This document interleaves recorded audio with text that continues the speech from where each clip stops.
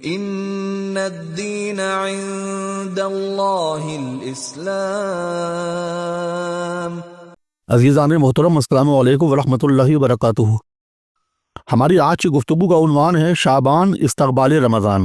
عزیزو، ہم جانتے ہیں کہ محرم، صفر، ربیع الاول، ربیع الثانی، جمادی الاول، جمادی الثانی، رجب، شعبان، رمضان، شوال، ذوالقعدہ، ذی الحجہ اسلامی کیلنڈر کے 12 مہینوں کے نام ہیں۔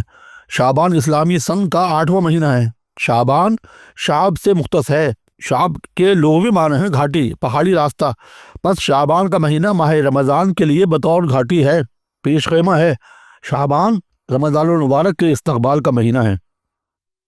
عزیزو، ہم بخوبی واقف ہیں کہ رمضان وہ مقدس اور مبارک مہینہ ہے جسے اللہ تعالیٰ نے اپنے مومن بندوں کے لیے روزوں کے ساتھ مخصوص کیا۔ شعبان اور رمضان دونوں مہینے ایک دوسرے سے بالکل متصل ہیں۔ رمضان کے استقبال سے مراد یہ ہے کہ شعبان ہی سے رمضان المبارک کی تیاری کی جائے۔ جس طرح کسی اہم تقریب کی تیاری اس کی اہمیت کے مطابق پہلے ہی سے شروع ہو جاتی ہے اور اس کی شاندار تکمیل کے لیے طرح طرح کے انتظامات کیے جاتے ہیں، بالکل اسی طرح رمضان المبارک کی قدر و قیمت اور اس عظیم الشان ماہ مبارک کے استقبال کے لیے خاطر خواہ تیاری ضروری ہے۔ عزیزو، یوں تو حضور سرور کائنات صلی اللہ علیہ وسلم کا ہر مہینے بالخصوص پیر اور جمعرات روزہ رکھنے کا معمول تھا، مگر شعبان کے مہینے میں آپ صلی اللہ علیہ وسلم بکثرت روزے رکھتے تھے۔ حضرت اسامہ بن زید رضی اللہ تعالیٰ عنہ سے روایت ہے، حضور اقدس صلی اللہ علیہ وسلم شعبان کے مہینے میں کثرت سے روزہ رکھا کرتے تھے۔ آپ صلی اللہ علیہ وسلم فرماتے تھے کہ لوگ اس مہینے سے غافل ہیں۔ اس مہینے کی 15ویں شب کو اللہ تعالیٰ کے حضور بندوں کے اعمال پیش ہوتے ہیں۔ میری تمنا ہے کہ جب میرے اعمال پیش ہوں تو میرا شمار روزے داروں میں کیا جائے۔ اسی طرح حضرت عائشہ رضی اللہ تعالیٰ عنہ سے بھی روایت ہے کہ آپ صلی اللہ علیہ وسلم شعبان سے زیادہ کسی مہینے میں روزے نہیں رکھتے تھے۔ شعبان میں چند روزوں کو چھوڑ کر پورے مہینے روزے رکھتے، اکثر تمام شعبان روزے رکھا کرتے تھے۔ میں نے عرض کیا، آپ صلی اللہ علیہ وسلم شعبان میں سب سے زیادہ روزے کیوں رکھتے ہیں؟ تو آپ صلی اللہ علیہ وسلم نے فرمایا، اس لیے کہ اس مہینے میں آئندہ سال مرنے والوں کی موت کو لکھ دیا جاتا ہے۔ میں اس بات کو پسند کرتا ہوں کہ جب میری موت کا دن لکھا جائے تو میرا شمار روزے داروں میں ہو۔ حضرت انس بن مالک رضی اللہ تعالیٰ عنہ سے بھی منقول ہے کہ آپ صلی اللہ علیہ وسلم سے دریافت کیا کہ رمضان کے علاوہ روزوں میں سب سے افضل روزہ کون سا ہے؟ تو آپ صلی اللہ علیہ وسلم نے فرمایا، وہ روزہ جو شعبان کے مہینے میں رمضان المبارک کے استقبال کے لیے رکھا جائے۔ عزیزو، سورہ دخان کی آیت نمبر 1 سے آیت نمبر 5 تک میں اللہ تعالیٰ فرماتا ہے، صاف صاف بیان کرنے والی اس کتاب کی قسم، ہم نے اس قرآن کو ایک مبارک رات میں نازل فرمایا۔ یقیناً ہم لوگوں کو ان کے انجام سے باخبر کر دینا چاہتے ہیں۔ سارے کام جو حکمت سے پر ہے اسی رات میں تقسیم کر دیے جاتے ہیں۔ تمام احکام ہماری ہی طرف سے جاری ہوتے ہیں۔ سورہ دخان آیت نمبر 3 سے 5 تک۔ عزیزو، قرآن مجید میں نزول قرآن سے متعلق فرمایا گیا رمضان وہ مہینہ ہے جس میں قرآن نازل کیا گیا۔ سورہ البقرہ آیت نمبر 185، بے شک ہم نے اس قرآن کو لیلۃ القدر میں نازل کیا۔ عزیزو، ان آیات اور مختلف روایات کی روشنی میں یہ نتیجہ بھی نکالا گیا کہ نزول قرآن کے لیے رمضان کے ساتھ ساتھ شعبان بھی مخصوص ہے۔ لیلۃ المبارک شعبان کی 15ویں شب ہے جس میں پورا قرآن مجید لوح محفوظ سے آسمان دنیا پر نازل کیا گیا۔ رمضان المبارک میں نزول قرآن کی لیلۃ القدر وہ شب قدر ہے جس میں قرآن مجید آسمان دنیا سے زمین پر بتدریج 23 سال میں نازل ہوا۔ عزیزو، لیلۃ المبارکۃ اور لیلۃ القدر کی روشنی میں شب قدر کی 2 قسمیں مراد دی گئی۔ بقول حضرت شاہ ولی اللہ رحمۃ اللہ علیہ، ایک وہ جس میں آسمان سے فیصلے لیے جاتے ہیں، یہ وہ رات ہے جس میں قرآن مجید سمائے دنیا پر پورے کا پورا نازل ہوا۔ یہ رات سال بھر میں صرف ایک بار آتی ہے، اور یہ بھی ضروری نہیں کہ وہ رمضان میں ہو۔ دوسری وہ رات جس میں خاص قسم کی روحانیت محسوس ہوتی ہے، زمین پر فرشتے اترتے ہیں، اہل ایمان اس رات اطاعت اور عبادات میں مشغول ہوتے ہیں، ان کے انوار و برکات سے ایک دوسرے کو فیض پہنچتا ہے، فرشتے ان سے قرب حاصل کرتے ہیں، شیاطین ان سے دور بھاگتے ہیں اور طاعات اور عبادات قبول کی جاتی ہیں۔ یہ رات ہر سال رمضان کے آخری عشرے بالخصوص طاق راتوں میں ملتی ہے۔ یہ مقدم اور مؤخر بھی ہو سکتی ہے، مگر یہ رمضان میں ہی رہتی ہے۔ جو پہلی قسم مراد لیتے ہیں ان کی نزدیک یہ رات سال کے اندر دائر و سائر رہتی ہے، اور جو دوسری قسم مراد لیتے ہیں ان کے نزدیک یہ رات رمضان کے آخری عشرے میں پائی جاتی ہے۔ عزیزو، شعبان کی 15ویں شب سے متعلق حضرت عائشہ سے جو روایت نقل کی جاتی ہے وہ کچھ اس طرح ہے: ایک رات میں نے رسول اللہ صلی اللہ علیہ وسلم کو موجود نہیں پایا، میں باہر آئی تو آپ کو جنت البقیع میں دیکھا۔ آپ صلی اللہ علیہ وسلم نے فرمایا، کیا تجھے یہ خیال ہوا کہ اللہ اور اس کا رسول تمہاری حق تلفی کرے گی؟ میں نے کہا، اے اللہ کے رسول، آپ دوسری بیوی کے گھر تشریف لے گئے ہوں گے۔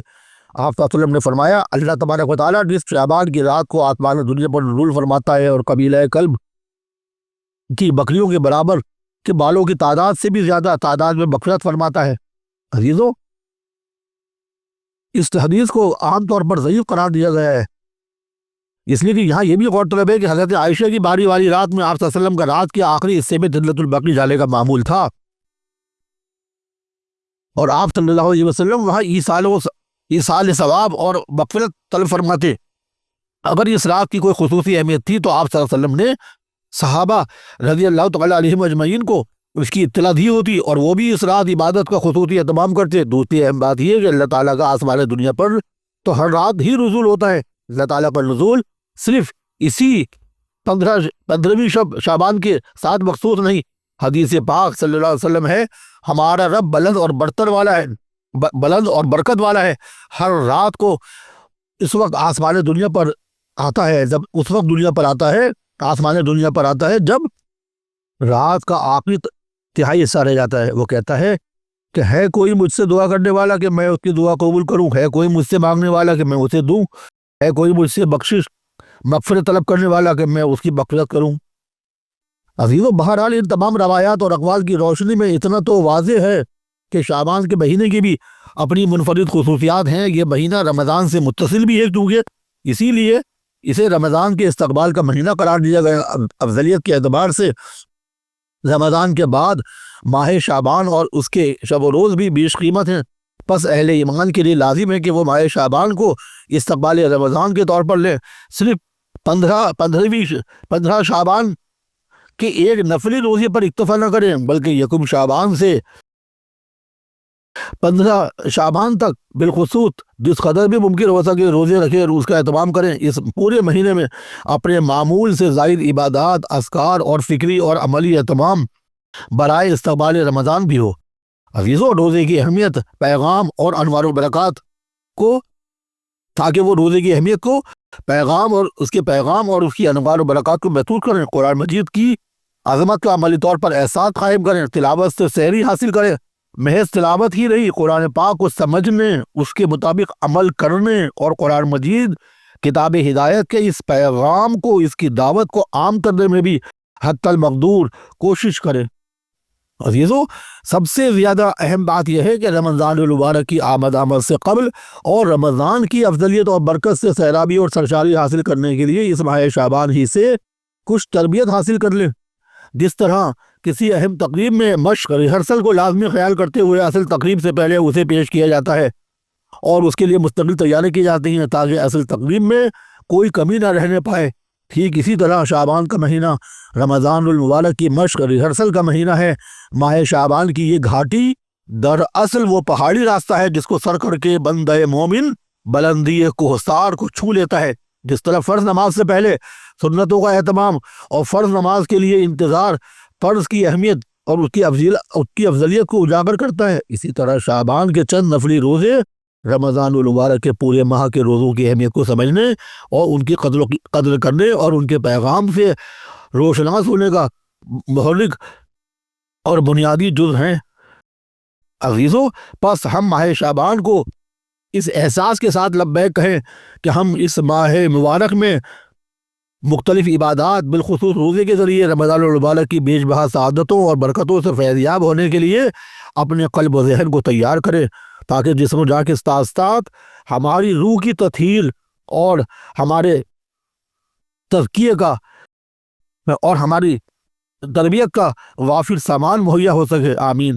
عزیزو، اسلام نام ہے صراط مستقیم کا، ایک ایسی راہ جو حق اور صداقت پر مبنی ہے، ایک ایسا نظام انسانیت اور تہذیب و شرافت کا ترجمان ہے۔ اسلام عزیزو محض رسموں کا مجموعہ نہیں، مگر افسوس کہ شعبان اور 15ویں شب کی حقیقی روح سے دور ہو کر ہمارے نوجوانوں کا ایک بڑا طبقہ اس مبارک رات میں اپنی بائکس اور اسکوٹروں پر اپنے کرتب اسٹنٹ دکھاتا ہوا پھرتا ہے۔ پوری رات وہ ہنگامہ بلاخیز ہوتا ہے کہ غیر بھی پناہ مانگتے ہیں۔ ضروری ہے کہ ہمارے علماء اور سرپرست حضرات اس طرف توجہ دیں اور ان میں دین کی صحیح فہم اور شعور پیدا کرنے کی کوشش کریں۔ وما علینا الا البلاغ۔ السلام علیکم ورحمۃ اللہ وبرکاتہ۔